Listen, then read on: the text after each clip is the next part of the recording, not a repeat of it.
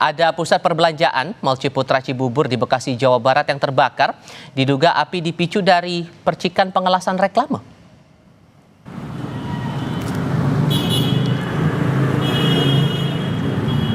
Mall Ciputra kebakaran nih, Mall Ciputra kebakaran. Kepulan asap hitam pekat membumbung saat api membakar lantai 1 gedung pusat perbelanjaan. Kebakaran sempat membuat panik pengunjung hingga harus dievakuasi keluar mal.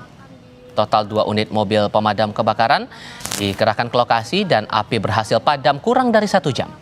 Tidak ada korban jiwa dalam insiden ini. Ini cepat banget merambatnya nih. Tolong ya, tolong hubungin damkar. Kebakaran itu terjadi ada pengerjaan proyek reklame di atas, ada pihak kontraktor mengelak, jadi alasan itu jatuh dipercikan di bawah, ada kardus kalau nggak salah. Ya kalau kronologisnya sih kayaknya sepertinya itu sih Pak. Sambaran itu percikan api Iya, ya Pak? percikan api. Terus gitu. Jadi api cepat besar. Iya, karena angin juga kencang juga. Oh.